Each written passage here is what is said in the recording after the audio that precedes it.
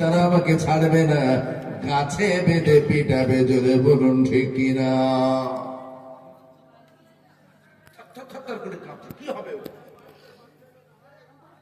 এমন সময়? ইবলিস বলে নো প্রবলেম, কোনো ভয় নাই, কোনো টেনশন নাই, আমি থাকতে বন্ধু তোমার কোনো চিন্তা নেই। তবে শর্ত হলো আমি যে অর্ডার করবো সেগুলো তোমাকে মানা লাগবে। দরবেশ বলে কি অর্ডার করবেন করুন, টাকা পয়সা কমি নাই, যত টাকা লাগবে দিতে রাজি আছে, তবু আমাকে এই যাত্রায় বাঁচান। ইবলিস বলে টাকা পয়সা লাগবে না, আমি যেটা বলবো সেটাই আপনাকে করা লাগবে। দরবেশ বলে কি অর্ডার করবেন আপনি করুন, তবে যে কোনো মুহূর্ত যে কোনো মূল্যে আপনি আমাকে এই বিপদ থেকে বাঁচান। ও মুসলমান ভাই ও বাবাজিরা, এমন সময় দরবেশকে লক্ষ্য করে ইবলিস বলল, ইমিডিয়েটলি মেয়েটাকে হত্যা করো। কারণ যেহেতু মেয়েটা গর্ভবতী, যতদিন যাবে তার গর্ভের সন্তানটা বড় হবে, গর্ভের সন্তান যত বড় হবে পেটটা তার ফুলে উঠবে, সমাজের মানুষ জেনে যাবে এ মেয়েটা গর্ভবতী, স্বামী নেই অথচ গর্ভবতী, তার দ্বারাই গর্ভবতী হয়েছে, সমাজের মানুষ তদন্ত করবে কিনা? যখনই তদন্ত করবে তখনই তো ঝোলের লাউ বেরিয়ে আসবে।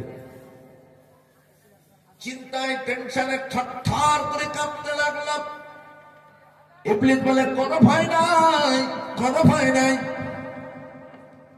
ইমিডিয়েটলি মেয়েটাকে হত্যা করে ফেলো। তবে সাবধান, হত্যা করবার পরে ওই মেয়েটাকে সাধারণ কোনো গোরস্থানে দাফন করবেন না, কারণ তরতাজা একটা যুবতী মেয়ে কি সাধারণ গোরস্থানে যদি আপনি দাফন করতে যান, সমাজের মানুষের সন্দেহ হবে, তারা আপনাকে দেখবে, মেয়েটার ডেড বডিটা চেক করবে, গায়ে আঁচলের দাগ থাকলে তারা আপনাকে পিটাবে। মেয়েটাকে হত্যা করবার পরে আপনার চেম্বারের ভিতরে গর্ত খুঁড়ে তাকে পুঁতে দেন। যখন তার পরিবারের লোকজন এসে আপনার কাছে জানতে চাইবে, আপনি বলুন সে তো কবে মারা গেছে। আপনাদের সঙ্গে যোগাযোগ করবার চেষ্টা করলাম, পারলাম না, ব্যর্থ হয়েছি, কাজেই নিজেই দায়িত্ব নিয়ে তাকে দাফন করে দিয়েছি। যুক্তিটা শিখিয়ে দিল কে? ইবলিস। ইবলিস আমাদের কতটা বন্ধু একটু ভেবে দেখবেন, কম্পেয়ার করবেন। ইবলিসের যুক্তিটা নেওয়ার পরে সে মনে মনে ভাবলো, নিহাত যুক্তিটা খারাপ নয়, কথাটা ঠিক, যতদিন যাবে তার গর্ভের সন্তান বড় হবে, গর্ভের সন্তান যত বড় হবে পেটটা ফুলে উঠবে, সমাজের মানুষ জেনে যাবে কুমারী মেয়েটা, পাগলি মেয়েটা গর্ভবতী। ও মুসলমান ভাইরা, সে একাকী তার চেম্বারের ভিতরে বসে তাকে হত্যা করলো, অতঃপর গর্ত করলো, গর্ত খুঁড়ে তাকে গর্তের ভিতরে পুঁতে দিল। কয়েকদিন পর ওই মেয়ের পরিবারের লোকজন যখন এসে জিজ্ঞাসা করলেন, ও আল্লাহ দরবেশ বান্দা, আমাদের যে মেয়েটাকে ট্রিটমেন্টের জন্য আপনার কাছে দিয়ে গিয়েছিলাম তার খবর কি? বলে সে তো কবে মারা গেছে। মারা যাওয়ার পরে আপনাদের সঙ্গে যোগাযোগ করার চেষ্টা করলাম, পারলাম না, ব্যর্থ হয়েছে। এক মুমিনা মেয়ের লাশ আমার সম্মুখে পচে গেলে যাবে এটা তো আমি মানতে পারি না, এই জন্যই দায়িত্ব নিয়ে তাকে দাফন করে দিয়েছি। মেয়ের পরিবারের লোকজন তাকে ওয়েলকাম জানিয়ে যে যার মতো বাড়িতে চলে গেল। বলতে লাগলো, পাগলি মারা গেছে, মাথা থেকে বোঝা নেমে গেছে, যে যার মতো বাড়িতে চলে গেল। ওদিকে মিস্টার ইবলিস আবার সেই মেয়ের পরিবারের লোকজনের কাছে গেল, গিয়ে জানতে চাইল, হে পাগলির পরিবারের লোকজনেরা, তোমাদের যে মেয়েটাকে ট্রিটমেন্টের জন্য দরবেশের কাছে রেখে এসেছিল তার খবর কি, তার নিউজ কি? বলে সে তো মারা গেছে। ইবলিস বলে মারা যায় নাই, মারা যায় নাই।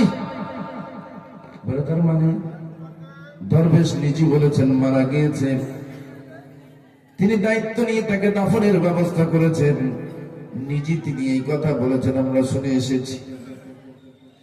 ইবলিস বলে না, আপনাদের মেয়ে মারা যায় নাই, বরং আপনাদের মেয়েটা কি হত্যা করা হয়েছে। হত্যার পূর্বে তার সঙ্গে জেনা করা হয়েছে। জেনার কারণে মেয়েটা গর্ভবতী হয়েছে। সমাজের বুকে বেউজ্জতির ভয়ে দরবেশ নিজেই তাকে হত্যা করেছে।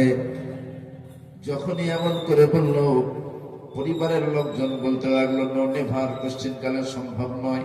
কারণ আমরা যতদূর জানি তিনি বড় আল্লাহওয়ালা, তিনি বড় খোদা ভীরু দরবেশ বান্দা আল্লাহ, সুতরাং এমন কাজ তিনি করতে পারেন না।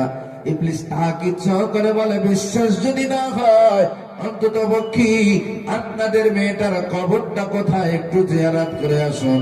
দরবেশকে যে বলুন আমাদের মেয়েটার কবরটা কোনটা দেখিয়ে দেন, দেখবেন কবর দেখাতে পারবেন। নরম গরম সর্বরকম মানুষ আছে বাড়ি, একটা দল তৈরি হয়ে গেল, পুরোটা আবার দরবেশের কাছে গেল, গিয়ে বিনম্র ভাবে জিজ্ঞাসা, ওগো আল্লাহ দরবেশ বান্দা, আপনার বিরুদ্ধে আমাদের কোন দুর্বলতা নাই, তবে যেহেতু মেয়েটা আমাদের পাগলি হলেও সে আমাদের মেয়ে, এই মেয়েটা মারা যাওয়ার পরে আমরা তার জানাজায় সামিল হতে পারলাম না। কলিজাটা বড়ই কাঁদে, বড়ই কাঁদে। মেয়েটার কবরটা একটু জিয়ারত করবার জন্য বলুন, আমাদের মেয়েটাকে কোথায় কবর দিয়েছেন বলুন, একটু তার কবরটা জিয়ারত করব। যখনই বললো কবরটা কোথায় একটু দেখান, তখন আপতা আপতা শুরু করলো। সন্দেহ বেড়ে গেল, বলুন কোথায় কবর দিয়েছেন আমাদের মেয়েকে বলুন। আল্লাহর কি শান, সেই সময় অন্য কোনো মেয়ে বা অন্য কোনো মানুষও মারা যায় নাই যে সেটা দেখিয়ে বলবো এটাই তোমাদের মেয়ের কবর। দরবেশ যখন খবর দেখাতে পারল না, একজন বারবার বারবার তাকে জিজ্ঞাসা করেন, কোথায় কবর দিয়েছেন বলুন। আর একজন পায়ের বড় আঙুলের সাহায্যে তার ফ্লোরটা খোঁচড়াতে লাগে। ফ্লোরে যখন আঙুল চালিয়ে দেয়, দেখে সহজে আঙুল যায়।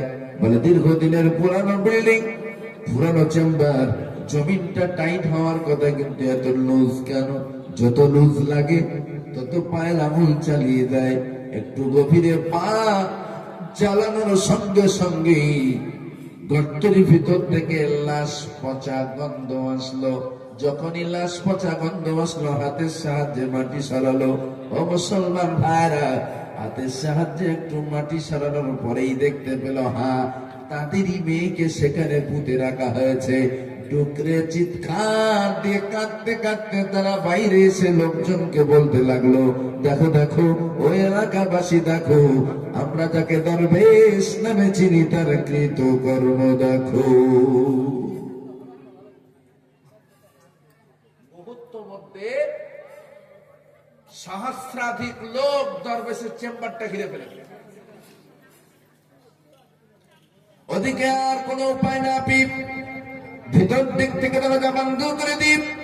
ওই দরবেশের পরে লা ইলাহা ইল্লা আনতা সুবহানাকা ইন্নী কুনতু মিনাল যালিমিন। বিপদে পড়লে দোয়াটা আমরা পড়ি না? এটা আল্লাহ শিখিয়ে দিয়েছে। আল্লাহ রাব্বুল আলামিন অর্ডার করেছেন, ফাস্তাজাবনা লাহু ওয়া নাজ্জাইনাহু মিনাল গাম ওয়া কাযালিকা নুনজিল মুমিনিন। আমার কোন মুমিন বান্দা যখন বিপদে পড়ে আমাকে ডাকে, যখন আমাকে মালিক বলে ডাক মারেন, আমি রব্বুল আলামিন আল্লাহ ঘুমাই না, নিদ্রায় তন্দ্রায় যাই না, আমার ঘুমানোর প্রয়োজন হয় না।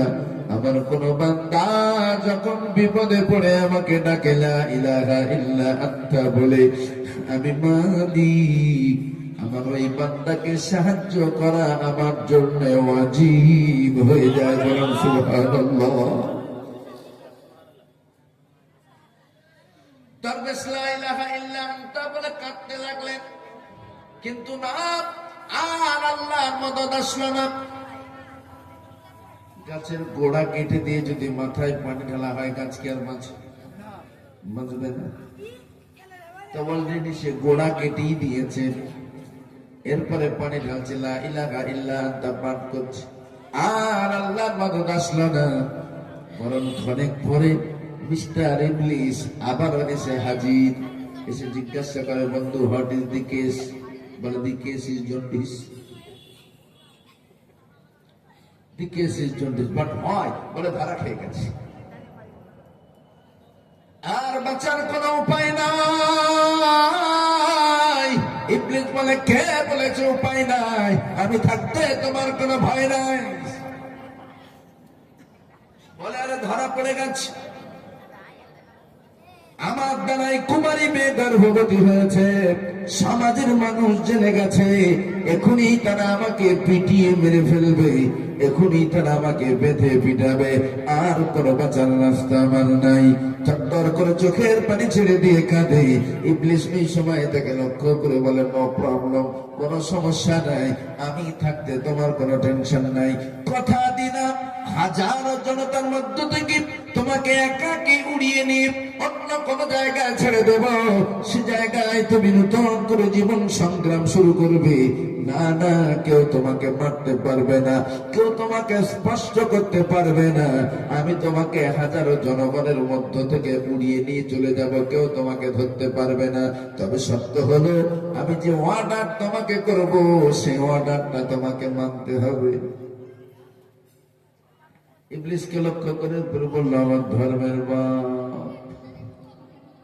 আমার ধর্মের বাপ, দোহাই লাগে তোমার, এই যাত্রায় আমাকে বাঁচাও। যা বলবে তাই করবে, যা বলবে তাই করব, তবু আমাকে যাত্রায় বাঁচাও। ও মুসলমান ভাইরা, সুযোগ বুঝে ইবলিস এরপর দরবেশকে বলতে লাগলো, বাঁচতে যদি চাও ইমিডিয়েটলি আমাকে সেজদা দাও। যদি আমাকে সেজদা দিয়েছো, কথা দিলাম তোমাকে হাজারো জনগণের মধ্য থেকে উড়িয়ে নিয়ে যাব। ও মুসলমান ভাইরা, বাঁচার আশায় আকাঙ্ক্ষিত হয়ে ইবলিসকে লক্ষ্য করে ঠুকঠাক করে যখন দুটো সেজদা দিল, ইবলিসের পর তাকে লক্ষ্য করে বলতে লাগলো, টাটা বাই বাই, বন্ধু, তোমার আর আমার দরকার নাই।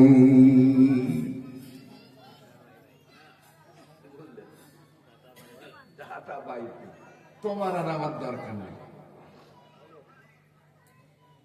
ইবলিস গায়েব হয়ে গেল, জনগণ দরজা ভেঙে তাকে বার করলো, পিটিয়ে পিটিয়ে স্পটেই হত্যা করলো।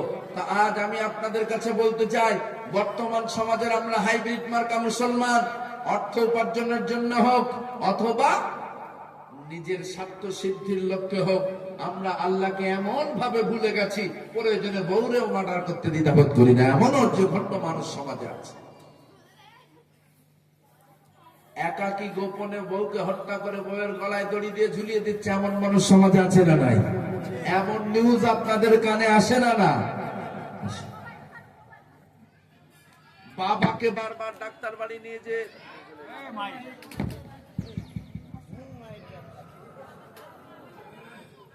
এক ভাবি কোরআন দান করেছে এবং 500 টাকা নগদ দিয়েছেন, আল্লাহ তার আশা তামান্নাকে পূর্ণ করুন বলে সকলে আল্লাহুম্মা আমিন। বিবিকে মেরে গলায় দড়ি দিয়ে ঝুলিয়ে দিয়ে বলছে গলায় দড়ি দিয়ে মারা গিয়েছে, অথচ পরবর্তীতে পোস্টমর্টম রিপোর্টে স্পষ্ট বেরিয়ে আসছে যে না, তাকে পিটিয়ে হত্যা করা হয়েছে। এমনও অমানুষ আমার সমাজে আছে। বাপ বেটা,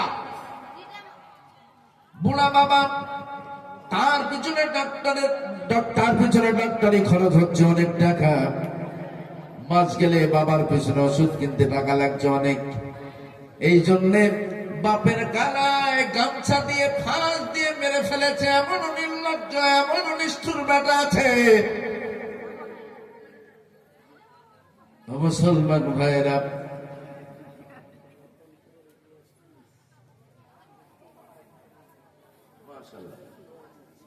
মাশাআল্লাহ, রতনপুরের আমার ইলিয়াস একজন পেশাগত পুলিশ ভাই, পুলিশ ভাই বাবা, বাপ মায়ের জন্য 2000 টাকা কুরবানি করেছেন রব্বুল আলামিন আল্লাহ। আমার এই পুলিশ ভাইটার জন্য, পুলিশ ভাইটার আব্বা আম্মাকে মা বাবার জন্য দোয়া করতে বলেছেন। জানি না তারা জীবিত না মৃত, আল্লাহ ভালো জানেন। আল্লাহ তাদের ভালাই দান করুন, বলে সকলে আল্লাহুম্মা আমিন। আল্লাহ পুলিশ বন্ধুর দানকে কবুল করে নিয়ে তার আশা তামান্নাকে পূর্ণ করুন, বলি না আমিন। আজ আমার সমাজে এমন অনেক ভাই দেখা গিয়েছে, এক ভাইয়ের সম্পদ আর এক ভাই আত্মসাৎ করব এই জন্য ভাই ভাইকে মার্ডার করে, বেটা বাপকে মার্ডার করে, বৌমা শাশুড়িকে মার্ডার করে। এমন নির্লজ্জ হয়ে গিয়েছে আজকের সমাজের মানুষ। কারণ একটাই, আল্লাহর ভয় ভিতরে নাই, ঠিক কিনা? ওই আল্লাহর ভয় যদি আমাদের ভিতরে আমরা না আনতে পারি, বিশ্বাস করুন আল্লাহর কসম, আল্লাহর কসম, আপনার লেবাস, আপনার দাড়ি, আপনার ঘোমটা, আপনার পর্দা কতটা উন্নত আল্লাহর কাছে তার কোনো দাম থাকবে না।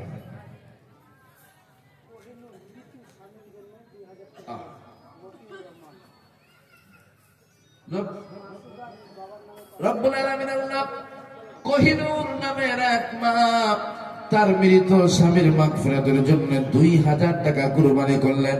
পরওয়ারদিগার আলাম, জানি না কোন কবরে শুয়ে আছেন তার স্বামী, মেহেরবানি করে এই দানের যা বদলা গোলা খানচা মোবারকি করে তার স্বামীর কবরে পৌঁছে দিয়ে মেহেরবানি করে কবরের ভিতর থেকে তার রূহানি দোয়া তার বিধবা বিবির নসিব করুন, বলুন আমিন। মাসুদা বিবি তারই বাবার জন্য, স্বামীর জন্য 2000, বাবার জন্য 500। আয় রব্বুল আলামিন আল্লাহ আপনার এই বিধবা বান্দিকে রহম করুন, তার আশা তামান্না গুলাকে পূর্ণ করুন, রুজি রোজগারে বরকত দান করুন, উত্তম পন্থায় হালাল রুজি বেশি বেশি করে রোজগার করার তৌফিক দান করুন। পরওয়ারদিগার আলাম এই অসহায় নারীর প্রতি আসমান থেকে নেক নজরে তাকান, বলুন আমিন। আমার মুসলমান ভাইরা, আর মানুষ আল্লাহ ভালো হওয়ার কারণ একটাই, পেট সমস্যা। অর্থাৎ আজকে 2 লক্ষের মালিক আছে, আগামীকাল 4 লক্ষের মালিক হব, এই যে আশা, এই যে আকাঙ্ক্ষা।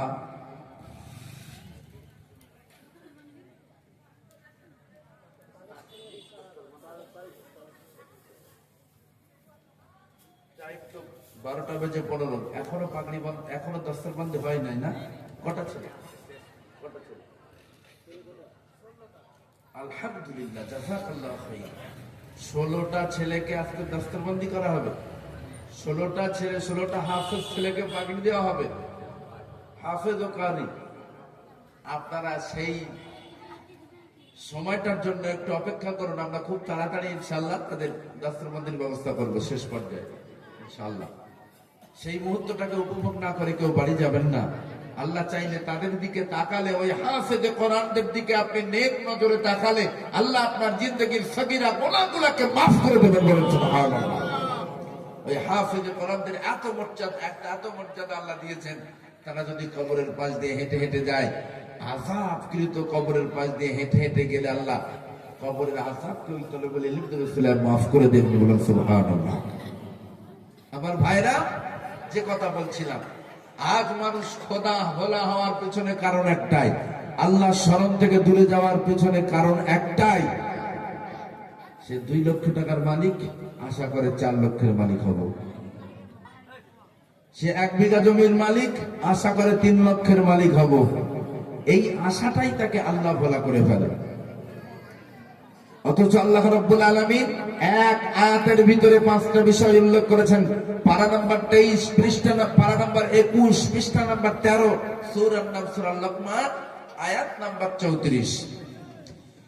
ইন্নাল্লাহা ইনদাহু ইলমুস সাআ ওয়া ইউনাজ্জিলুল গায়স ওয়া ইয়ালামু মা ফিল আরহাম ওয়া মা তাদরি নাফসুম ماذا تكسب غدا وما تدري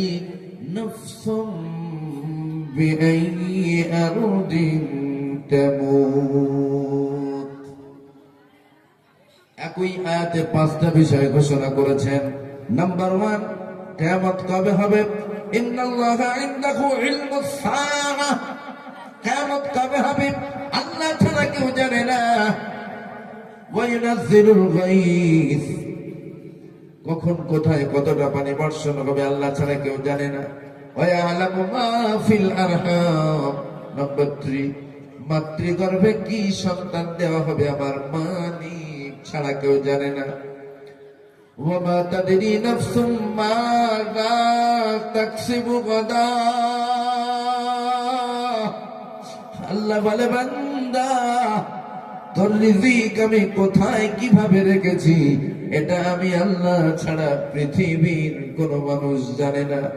ওয়া মা তাদরি নাফসুম বিআইয়ি আরদিন তামুত। বান্দারে, কোথায় কি অবস্থায় তোর মৃত্যু হবে এটা আমি আল্লাহ ছাড়া পৃথিবীর কোন মানুষ জানে না। 5টা বিষয় স্বয়ং আল্লাহর হাতে। পৃথিবীর কোন মানুষের এই 5টা বিষয়ের উপরে কোন রকম ইলম নাই, কোন রকম জ্ঞান নাই, কোন রকম দাদাগিরি মাতব্বিরি নাই। এটা স্বয়ং আল্লাহ নিজে অর্ডার করছেন, আল্লাহ নিজেই বলছেন, দাবি করছেন। অতএব যার 4টে ভাই আছে, 2টো ভাইকে মেরে ফেলে দিলে একা বেশি সম্পদের মালিক হবে, কথাটা এই আশাটা করা বৃথা। যার বাবা অসুস্থ আছে, বাবার পিছনে টাকা ব্যয় হয়ে যাচ্ছে, এই বাবাকে গলা টিপে মেরে ফেলে দিলে আমার আর অর্থবিত্ত খরচ হবে না, আমার ডেভেলপ হবে, এই আশাটা করাটা বৃথা। যে বিয়ে করে নিয়ে এসেছেন একটা বউ বাড়িতে, বিয়ের সময় কন্ট্রাক্ট ছিল, চুক্তি ছিল, শ্বশুর 2 লক্ষ টাকা দেবে, শ্বশুর দিতে পারছে না। এখন আপনি মনে মনে ভাবছেন শ্বশুরের কাছ থেকে ওই 2 লক্ষ টাকাটা নিয়ে আসলে আমি অনেক ধনী হয়ে যাব, এই আশাটা করা বৃথা। কারণ স্পষ্ট আল্লাহ রাব্বুল আলামিন আপনার জন্য বরাদ্দ করে দিয়েছেন। কখন? আপনি যখন মাতৃগর্ভে 1 মাস 120 দিন, 120 দিন যখন মাতৃগর্ভে আপনার বয়স, ফার্স্ট 30 দিন আপনি তো বাবার মায়ের 1 ফোঁটা নাপাক পানি ছিলেন। তারপরের 30 দিন আপনি রক্তপিণ্ডে পরিণত হলেন। তারপরের 30 দিন আপনি গোস্তের টুকরা তৈরি হলেন, একটা গোস্তের টুকরা, 1 ধলা গোস্ত। তারপরের 30 দিনে আল্লাহ রাব্বুল আলামিন সুনিপুণ ভাবে আপনার হাত, আপনার পা, আপনার মস্তক, আপনার শরীরের এই সুন্দর বদন কমপ্লিটলি আপনাকে একটা মানব শিশু বানালেন। 120 দিন সময় নিয়ে যখন পূর্ণাঙ্গ মানব শিশু আমি কিংবা আপনি মাতৃগর্ভে তৈরি হয়ে গেলাম, আমার মালিক 2 জন ফারিস্তাকে বলেন, যাও আবুল কালাম আজাদের মায়ের মাথার পাশে যে বসো। ও ফারিস্তা, ওই আবুল কালাম আজাদের মায়ের মাথার পাশে বসে খাতা পেন ধরো। সে সারাটা লাইফে কত টাকা ইনকাম করবে আমি আল্লাহ বলে দিচ্ছি, সেটা লেখো। কত কেজি গরুর গোস্ত খাবে সেটা তার বাজেট নামায় লেখো। কত গ্লাস পানি পান করবে সেটা তার বাজেট নামায় লেখো। হুবহু সারাটা জিন্দেগিতে আমি কি খাবো, কোথায় যাব, কত টাকা ইনকাম করব, হুবহু আমার মাওলার পক্ষ থেকে ফারিস্তাদের দ্বারায় আমার বাজেট নামায় লিপিবদ্ধ করা আছে। সুতরাং ও সোনা ভাইয়েরা, ও যুবক বন্ধুরা, আশা আকাঙ্ক্ষা যতই আপনি করুন না কেন, আল্লাহর বেঁধে দেওয়া বাজেটের ভিতরেই থাকতে হবে, বাইরে যেতে পারবেন না। दस्तर पाने वाले बच्चे फौरन स्टेज पे आने की कोशिश करें। जी, दस्तर पाने वाले बच्चे फौरन स्टेज पे आने की कोशिश करें, बिल फौर। বুঝলেন না? আপনি যতই দৌড়ান, পৃথিবীর 1 প্রান্ত থেকে দৌড়ে আর 1 প্রান্ত পর্যন্ত যাবেন, কলিজার পানি শুকিয়ে যাবে, কিন্তু আল্লাহর পক্ষ থেকে বেঁধে দেওয়া বাজেটের বাইরে যাওয়ার কোনো উপায় নাই। সে আপনি হারাম পন্থা অবলম্বন করলেও বাজেটে যেটা আছে সেটাই পাবেন, হালাল পন্থা অবলম্বন করলে বাজেটে যেটা আছেন সেটাই পাবেন, তার বাইরে যাওয়ার উপায় নাই। সুতরাং সোনা ভাইয়েরা, দোহাই লাগে আপনাদের কাছে, পায়ে দুখানা ধরে বলে যায় না, হারাম পন্থা অবলম্বন করে নয়, মৃত্যুর সন্ধিক্ষণে দাঁড়িয়ে হারামের স্পর্শ করবা না। কোনদিনের জন্যেও আল্লাহ স্মরণ অন্তর থেকে দূরে সরিয়ে দেব না, আল্লাহর ভয় থেকে দূরে সরে যাব না, সর্বদা আল্লাহর ভয় অন্তরে রাখবো, ভিতরে রাখবো। এমন করে যদি দুনিয়াদারি করতে পারে, ও আল্লাহর গোলাম, দোহাই লাগি আপনাদের কাছে, অন্তত পক্ষে 1 মাস আপনি ট্রাই করতে পারেন না। আমার আল্লাহ আপনাকে না খাইয়ে মারবেন না, বরং সমাজের বুকে আপনাকে সম্মানিত করবেন, দুনিয়াতেই আপনি জিন্দা জান্নাতি হতে পারবেন, বরং সুবহানাল্লাহ। বলতে পারেন হুজুর, হাদিসের ডকুমেন্ট। সাপোজ আমি সর্বরকম হারাম থেকে তওবা করে আমি সম্পূর্ণ হালালের উপরে প্রতিষ্ঠিত থাকবো, থাকার পরে আমি যে কিছু পাবো, আমার যেটা আল্লাহর পক্ষ থেকে যে বাজেট নামা আমার জন্য লিমিট করে দিয়েছেন, বেঁধে দিয়েছেন, লিমিটেশনের বাইরে যে আল্লাহ আমরা যতই দৌড়াই যেতে পারবো না, তার প্রমাণ কি? প্রমাণ চলুন রাসূলের এক জালিলুল কদর সাহাবীর ছোট্ট একটা ওয়াকিয়া দিয়ে আমরা বোঝাই। এটাও তাফসীরে আনোয়ারুল কোরআন, আমি রেফারেন্স যেগুলো দিচ্ছি মিলিয়ে নেবেন। তাফসীরে আনোয়ারুল কোরআনের তাফসীর পড়তে যে আমি স্পষ্ট দেখেছি, রাসূলুল্লাহর এক জালিলুল কদর সাহাবী, কোন আয়াত 28তম পারায়, সম্ভবত সূরা তালাকের 3 নম্বর বা 2 নম্বর আয়াত, স্পষ্ট আল্লাহ রাব্বুল আলামিন বলছেন, আমার বান্দারা যখন দেখবে ডাইনে বামে সম্মুখে পিছনে চতুর্দিকে শুধু হারামখোর, তার ভিতরে একজন ব্যক্তি হারাম থেকে নিজেকে বাঁচানোর জন্য যদি সে ইরাদা করে, ইচ্ছা করে, তো তার চতুর্পাশের হারামখোরেরা তাকে পাগলা কুত্তার মতো গ্রাস করবে। এটাই স্বাভাবিক। এই শ্রীপুর গ্রামে যদি 100 জন মানুষ থাকে, তার ভিতরে যদি 80 জন হারামখোর হয়, 20 জন হালাল খাওয়া ব্যক্তিকে ওই 80 জনের ভিতরে টিকে থাকা অনেকটা কষ্টদায়ক, ঠিক কিনা? যখন 190% মানুষ হারামখোর হয়ে যাবে, বাকি 10% মানুষ ওই 90% মানুষের সঙ্গে বসবাস করাটা খুবই কষ্টদায়ক। তারপরে আল্লাহ কি বলছে? وَمَن يَتَّقِ اللَّهَ يَجْعَلْ لَهُ مَخْرَجًا। বান্দারে, তুমি যখন নিজেকে হারাম মুক্ত হিসেবে গড়ে তুলবে, তোমার চতুর্পাশের হারামখোরগুলা তোমাকে পাগলা কুত্তার মতো যখন গ্রাস করবে, পালানোর কোনো রাস্তা পাবে না। দুনিয়ার কোন মানুষের কাছে যাও না, দুনিয়ার কোন মানুষের কাছে সাহায্য করো না। ও বান্দা, ওই সময় তুমি তোমার আল্লাহকে ভয় করো, তুমি তোমার আল্লাহকে স্মরণ করো।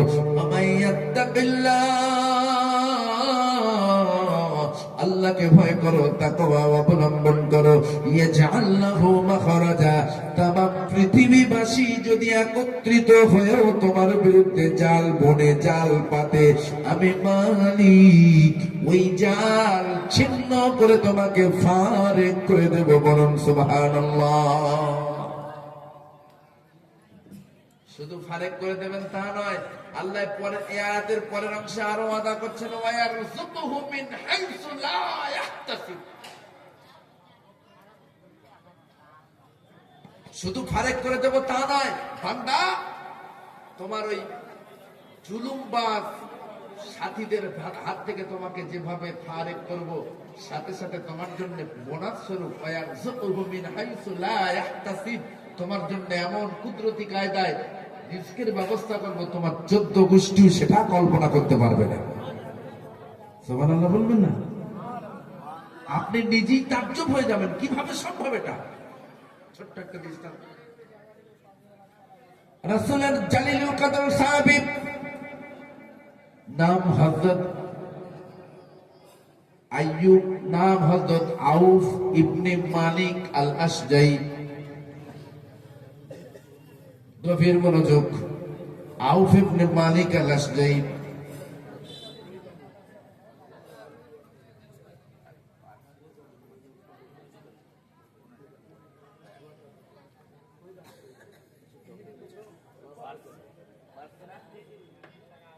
যে কটা ছেলে পাগড়ি নেবেন তাদের কোন একটা গার্জেনের মানে মানি পার্স, ডকুমেন্টসের একটা পার্স পড়ে গিয়েছে, তার ভিতরে প্রয়োজনীয় ডকুমেন্টস আছে, হয়তো আইডি কার্ড, প্যান কার্ড ইত্যাদি, হয়তো কিছু টাকা পয়সা থাকতে পারে। আল্লাহর কোনো বান্দার নজরে যদি পড়ে, মেহেরবানি করে তিনি একটু পৌঁছতে যাবেন। তিনি মেহমান, আপনাদের মনে থাকতে হবে, তিনি আপনাদের মেহমান। এইখানে এসে তিনি হারিয়ে ফেলেন। মাশাআল্লাহ, তৌহিদ আলী, তাওহীদ আলী, মা বাবার নামে 200 টাকা আল্লাহ দানকে কবুল করুন, বলুন আমিন। তার আশা তামান্নাকে পূর্ণ করুন, বলুন আমিন। 2000 টাকা, 2000 টাকা আল্লাহ তাআলা বলেন এদের জন্য, মাদ্রাসার উন্নতির জন্য এই 2000 টাকাকে আপনি কবুল করে নিয়ে তার যা যা বদলাগুলো পূর্ণাঙ্গ রূপে তাকে দান করুন। তিনি যত টাকার মালিক আছে তার দ্বিগুণ টাকার মালিক তাকে বানিয়ে দিন, বলুন আমিন।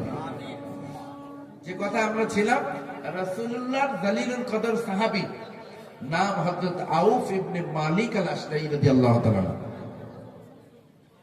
মক্কি জিন্দেগিতে, রাসূলের মক্কি জিন্দেগিতে বৃদ্ধাবস্থায় তিনি ইসলাম কবুল করলেন। চুল দাড়ি পেকে গেছে। তখনকার দিনের মক্কার নেতা লিডার, কুরাইশ নেতা লিডার হলেন আবু বকর। তখনকার দিনের কুরাইশ নেতা লিডার ছিলেন আবু জাহেল, আবু তালিব, আবু লাহাব, উতবা, সাইবা প্রমুখ নেতা লিডারেরা তখন ছিল কুরাইশ নেতা। তো রাসূলের এই সাহাবী আউফ ইসলাম কবুল করেছেন, এই নিউজটা যখন মক্কায় ছড়িয়ে গেল, মক্কার নেতা লিডারেরা তার উপরে জুলুম অত্যাচার শুরু করলো। কেউ কেউ বললো তাকে ধরে আনো, গাছের সঙ্গে বেঁধে পিটাও। জীবনের শেষ প্রান্তে এসে, বুড়া বয়সে এসে বাপদাদার ধর্মকে চুলকালি লাগালো, ধরো তাকে, এতদিন আমাদের সঙ্গে থেকে এখন কেন মুহাম্মাদের ধর্ম মানবে। কেউ বলে না, বুড়া মানুষ, তাকে মানা যাবে না, যদি তাকে মানো তাহলে হিতে বিপরীত হবে, বরং হাতে না মেরে ভাতে মারতে হবে। বলে কেমন? বলে তার সোর্স অফ ইনকামকে বন্ধ করে দিতে হবে। ইসলামপন্থীদের উপরে কতটা জুলুম হয়েছে, কিভাবে তারা তার ভিতরে ঈমানকে বাঁচিয়ে রেখেছে একটুখানি ভাবুন। আজকে আমাদের তো সেই কুরাইশ পিরিয়ড আমাদের ভিতরে সরে আসছে, সেই জাহেলিয়াতের পিরিয়ড আমাদের ভিতরে আবার পুনরায় চলে আসছে। আমাদের মাথার উপরে যারা আছে তারা আমাদের উপরে সেই তখনকার দিনের নেতা লিডারদের মতোই জুলুম অত্যাচার করছে। গত কয়েকদিন আগে শিলিগুড়িতে কালী পুজোর চাঁদা দাও, 500 টাকার চাঁদা দাবি করলো মোহাম্মদ জহুরি নামক আমার এক চাচার কাছে। সে বলল, দেখো আমি মুসলমান, আমার কালী পুজোর চাঁদা দেওয়া যাবে না। এই কথাটা বলার অপরাধে স্পটেই পিটিয়ে হত্যা করেছে তার বাড়ির উঠানে। এই নভেম্বর মাসের 2 তারিখে শিলিগুড়ি 3 নম্বর ওয়ার্ডে মোহাম্মদ জহুরি কালী পুজোর চাঁদা না দেওয়ার কারণে ভারতের মানচিত্রে মুসলমানকে হত্যা করা হয়। 29 তারিখে, গত অক্টোবর মাসের 29 তারিখে মহারাষ্ট্রের নানুরে শেখ সাজিদ নামের আমার এক যুবক ভাই, তিনি তার বিবিকে বোরকায় আবৃতা করে তার 2টো সন্তান, একটার নাম আহাদ, ছেলেটার নাম আহাদ, মেয়েটার নাম নাদিয়া, 2 সন্তানকে নিয়ে স্বামী স্ত্রী মোটর বাইকে যাচ্ছিলেন। প্রাইভেটের ভিতর থেকে তাদেরকে লক্ষ্য করে আমার এক মা তার স্বামীর নামে 300 টাকা দান করেছেন। আল্লাহ জানি না তার স্বামী কোন কবরে, মেহেরবানি করে তার স্বামীকে জান্নাতুল ফিরদাউস দান করুন, বলি সকলে আল্লাহুম্মা আমিন। এ বিধবা মায়ের প্রতি রহম করুন, বলি সকলে আল্লাহুম্মা আমিন। কি নাম তোমার? শেখ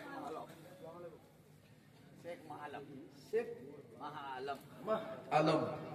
আলহামদুলিল্লাহ, খুব সুন্দর নাম। ছোট্ট একটা বাচ্চা ছেলে, নগদ 200 টাকা। আল্লাহ দানকে কবুল করুন, আশা তামান্নাকে পূর্ণ করুন। শেখ সাজিদ তার বোরকায় আবৃতা বিবিকে নিয়ে রোডের উপর দিয়ে ছোট্ট ছোট্ট 2 বাচ্চা সহ মোটরসাইকেল নিয়ে যাচ্ছেন। হঠাৎ করে এক প্রাইভেটের ভিতর থেকে হিজাব নেকাব পরবার কারণে তাদেরকে লক্ষ্য করে অকাথ্য ভাষায় গালিগালাজ করতে লাগলো। মহারাষ্ট্র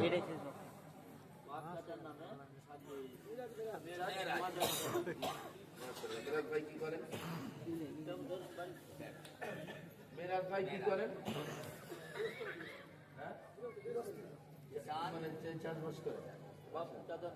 মাশাআল্লাহ, মিরাজ ভাই একজন চাষি মানুষ। 5,000 টাকা আপনারা খুশি না বেজার? জোরে বলুন, খুশি না বেজার? আমি খুশি নাই। বাপ চাচা সবার নামে দিয়ে 5,000 কেন, 10,000 হওয়া উচিত ছিল, ঠিক কিনা? আওয়াজ দিয়ে বলেন। ব্যবসায়ী মানুষ, ঠিক আছে, মাশাআল্লাহ। আবার মিরাজ ভাইয়ের ব্যবসাকে আল্লাহ অনেক অনেক গুণে উন্নতি দান করুন বলে সকলে আল্লাহুম্মা আমিন। আরো জোরে বলে আমিন। রব্বুল আলামিন আল্লাহ জানি না আমার মিরাজ ভাই কি ব্যবসা করেন, চাষাবাদ করেন, আল্লাহ তার চাষাবাদে বারাকা দান করুন, ব্যবসা বাণিজ্য অনেক অনেক গুণে উন্নতি দান করুন, আশা তামান্নাকে পূর্ণ করুন। তার আত্মীয় পরিজন চাচা, তার আত্মীয় পরিজন চাচা সহ সমস্ত পরিবারের লোকজন যারা কবরবাসী, সকলের কবরগুলোকে জান্নাতের বাগান বানিয়ে দিন, বলুন আমিন। শেখ তৌহিদ সাহেব নগদ 500 টাকা। রব্বুল আলামিন আল্লাহ তৌহিদ সাহেবের দানকে কবুল করুন, আশা তামান্নাকে পূর্ণ করুন। আত্মীয় পরিজন যারা কবরবাসী, তাদের কবরগুলোকে নূরুন আলা নূর বানিয়ে দিন, বলুন আমিন। আমার ভাইরা অনেক টাকা খরচ। যে কথা বলছিলাম, শেখ সাজিদকে লক্ষ্য করে, সাজিদের বিবিকে লক্ষ্য করে, শেখ সাদিকের বিবিকে লক্ষ্য করে, এক 4 চাকা গাড়ির ভিতর থেকে অকথ্য ভাষায় গালিগালাজ আসে। বলুন তো দেখি আল্লাহর বান্দা, আপনার বিবির সম্মুখে যদি কেউ, আপনার সম্মুখে যদি আপনার বিবিকে কেউ গালি দেয়, আপনার কি মাথা ঠিক থাকবে? ঠিক থাকবে? আপনি আপনার বিবিকে রাস্তায়, আপনি বাইকে করে নিয়ে, আপনাদের পাশে কি জায়গাটা, গাজল, গাজল টাউনে দাঁড়িয়ে আছেন, বাসের জন্য অপেক্ষা করছেন, আপনি যাবেন হিলিতে অথবা মালদায়। এখন কোন মালাউন যদি আপনার বিবির হিজাব করে থাকার কারণে গালিগালাজ করে, আপনি কি সহ্য করতে পারবেন? পারবেন না। যথারীতি সাদিক ভাই যথারীতি সাদিক ভাই তাকে বললেন, কেন ভাই, আমরা আমাদের কাজে যাচ্ছি, তোমরা তোমাদের কাজে যাচ্ছ, অযথা এমন করে আমাদের গালিগালাজ করো কেন? জানোয়ারের বাচ্চারা বাঘের মতো ঝাঁপিয়ে পড়লাম আমার ভাই সাদিকের দিকে। বেশি কথা বলবি না, ওখানেই খতম করে দেবো, ইত্যাদি ইত্যাদি অনেক কথা বলল। তর্ক বিতর্ক শুরু হলো। সাজিদের বিবি ইকরা, আমার বোন ইকরা, তার স্বামীকে লক্ষ্য করে বলল, প্রাণের স্বামী, অযথা এদের সঙ্গে এমন করে ঝগড়া করে লাভ নাই, চলুন বাড়িতে আমরা ফিরে যাই। ও মুসলমান ভাইরা, বউয়ের কথাকে প্রাধান্য দিয়ে আমার সাদিক ভাই বাড়ির দিকে রওনা করলো। কন্টিনিউ 5 কিলোমিটার ধাওয়া করে, 5 কিলোমিটার দাঁড়িয়ে দাঁড়িয়ে আমার ভাই সাদিককে গাড়ির তলায় পিষে দেওয়া হলো। স্পটি তার বিবি ইকরা মারা গেল, বলুন ইন্না লিল্লাহ। স্পটি তার ছোট্ট মেয়ে নাদিয়া মারা গেল। তড়িঘড়ি তাদেরকে হসপিটালে নেওয়া হলো।